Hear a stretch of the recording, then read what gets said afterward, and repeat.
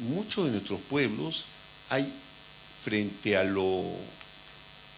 aquello que viene de fuera, hay una especie de tendencia a la resignificación.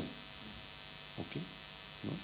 Yo no creo simplemente, no hay un rechazo, sino una resignificación. ¿No?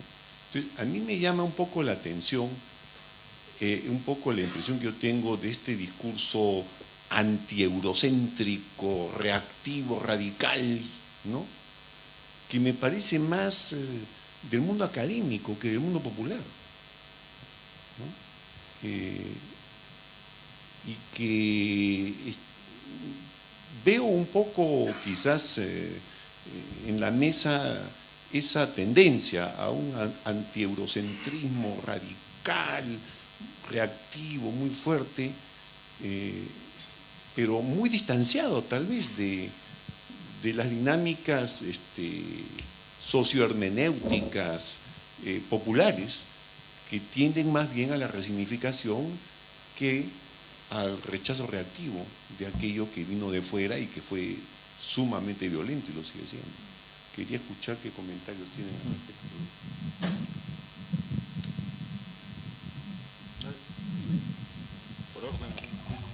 Bien, bueno, se agradecen las preguntas y son preguntas difíciles de responder. Además creo que son complementarias, ¿no? Sí. A mí me toca, ¿cierto?, hacer el curso en la universidad, ¿cierto?, a los de pregrado o grado, dependiendo, ¿cierto?, cómo lo conozcan, de filosofía latinoamericana, el viejo curso del profesor Sala, ¿no? Y a mí me pasa que después de... hago un recorrido, no sé, por Francisco Bilbao, por Sarmiento, ¿cierto?, que hay que ver ahí el baile, ¿cierto?, un poquito Alberdi, pasando por algunos pensadores del Centenario, etcétera. Me doy cuenta que los estudiantes de alguna forma asimilan ese tipo de discusiones de manera, ¿cómo decirlo?, ideologizada, será el término, ¿cierto? Lo asimilan quizás mal, ¿verdad? Y ese ejercicio de estos estudiantes que se enfrentan por primera vez a este tipo de materias, mira cómo lo digo, ¿cierto? Creo que es una reacción bastante común cuando empiezan a encontrarse con este tipo de reflexiones, porque son reaccionarias en muchos sentidos, pero cuando uno lee bien los autores, estos mismos autores, cuando uno también empieza a desarrollar reflexión y trabajo respecto a estas cuestiones, se da cuenta que no hay que ir a quemar la biblioteca, ¿verdad?, como una metáfora, ¿cierto? No, ahora hay que pensar, ¿cierto?, y por tanto hay que destruir este pensamiento y prácticamente partir de cero. Yo estoy de acuerdo, hay una tendencia muy, muy común, o eres de acá o eres de allá. Yo soy más partidario de la propuesta dialógica, ¿verdad?, y por una razón también filosófica. ¿Cómo hablar de otra forma? O sea, uno podría decir, bueno, por último estamos hablando castellano. Y ya está, y el castellano tiene una estructura metafísica, ¿cierto?, sustantivo, que sustancia, con complemento, que son accidentes, etc. Nuestro lenguaje se estructura ya de una forma y que sería absurdo decir, bueno, vamos a pensar en Mapuzungún, que implica otra posibilidad de expresión. Ya con eso ya uno parte jodido ya. No podría hacer eso que dice, ¿cierto? Y un montón de cosas más. Además, la formación escolar es así, la formación universitaria es así. Entonces, uno no puede salir de eso. El tema es reconocerlo positivamente y ver que uno puede dialogar también con la tradición europea. No solo con la tradición europea, sino que es un diálogo necesario porque es la que tenemos instalada. Para poder criticar y no destruir, es necesario leer también esa tradición. Hace bien leer a Aristóteles, hace bien leer a San Agustín, estoy pensando, ¿cierto?, en esa línea. Es muy bueno leer a Descartes, ¿cierto? Es muy bueno leer a Heidegger, a Husserl, a Paul Ricoeur. Está muy bien. El tema es considerarlo, pero ahora desde acá, con voz propia. No hay diálogo si yo tampoco no digo nada, ¿no? Tampoco depende del lado. Yo lo vería por ahí. Y ahí además pondría, ¿cierto?, un concepto cuchano que es el de fagocitación. El pueblo lo que hace, en términos como Universidad Católica, habría que preguntarse, ¿realmente los mapuches en este caso son cristianos? ¿Como quiere el dogma? Ayer, ¿cierto?, esta señora me llamó la atención, dice que era católica. La pregunta que conversábamos ayer, nos acordábamos, ¿cierto?, en la cena, bueno, ¿es posible ser mapuche católico? ¿Qué es eso? ¿Cómo se mezcla con su manera de entender la divinidad con lo que implica la catolicidad católica apostólica romana? Con una tradición perfectamente instalada. Uno puede decir, bueno, hay una contradicción, ¿qué es eso? ¿Es imposible? ¿Es un no sé?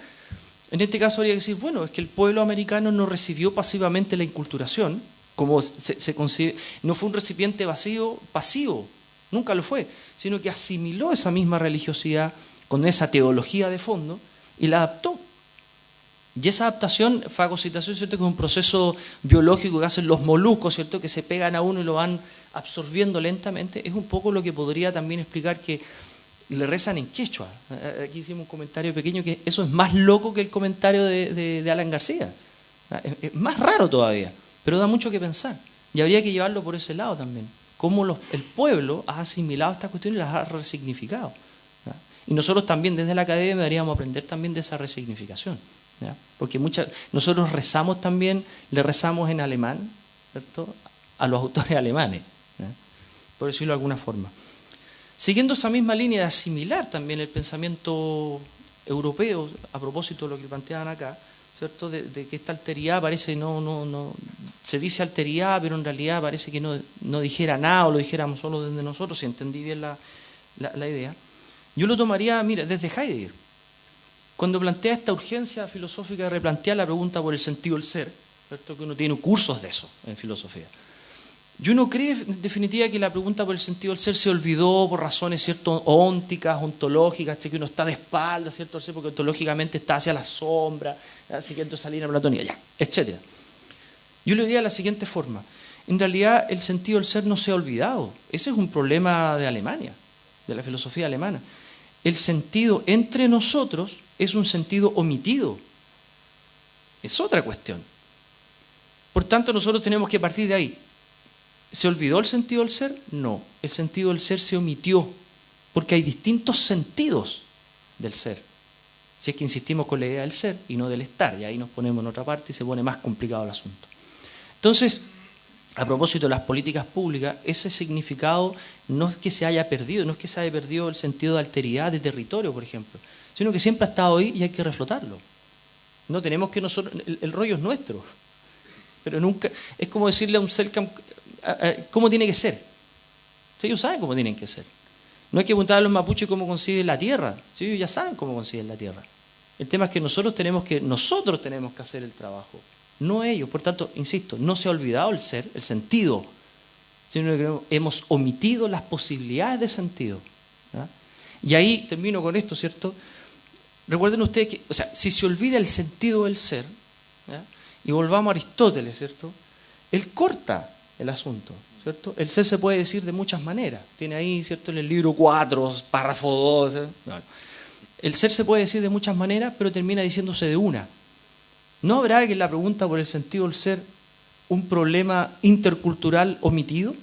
Porque si se dice de muchas maneras y nos quedamos con una, se omiten los otros sentidos del ser. ¿No? Por tanto, se olvidó ese y los otros se omitieron. Por ahí, ¿cierto?, es otro tema, ¿no? Bueno, solo comentar que, no sé, sí, comparto con Cristian que las preguntas son complejas en el sentido de la extensión y cómo agarrarlas bien. La verdad estoy de acuerdo que hay un reduccionismo con respecto a lo temático y tratar de abordar, y lo único que se me ocurre es justamente por lo insondable del tema y lo transversal también que se presenta, pues no es solo un tema cultural, sino que un tema cultural, tiene un eje cultural, pero en definitiva toca transversalmente economías, creencias, religión, o sea, sin número de políticas, ¿verdad? Posiciones con respecto a que lo que tú decías es una especie de reduccionismo de los significados. Claro, porque es la única manera de poder manejarlo. Y como no se pueden manejar todos a la vez, hay una especie como esta suerte de cultura tú lo decías de los... ¿cómo decías de los...? Bueno, se me olvidó. Lo olvidé. Y con respecto al comentario del profesor, bueno, claramente la interculturalidad justamente revela las contradicciones de nuestros procesos culturales.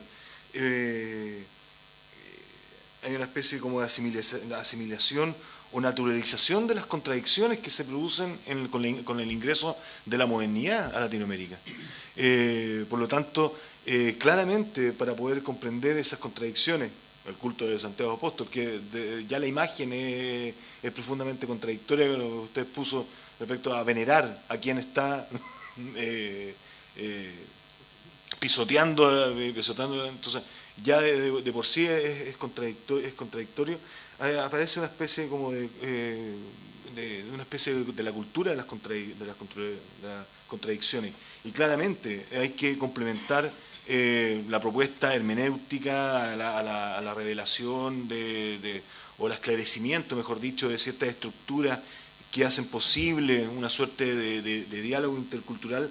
Claro que hay que hacerlo conversar, hay que hacerlo coimplicativo con esa suerte de dinámicas más populares, más, ¿verdad? Pero a la vez tiene que ser el diálogo entre la teoría y la praxis popular de las culturas. Si no, nos quedamos claramente separados, uno por una parte el mundo encerrado en la academia y otro mundo encerrado en su territorio. Entonces, por lo tanto, la pregunta sociohermenéutica es el intento de poder establecer puentes de conexión entre esos dos ámbitos. Bien, agradezco.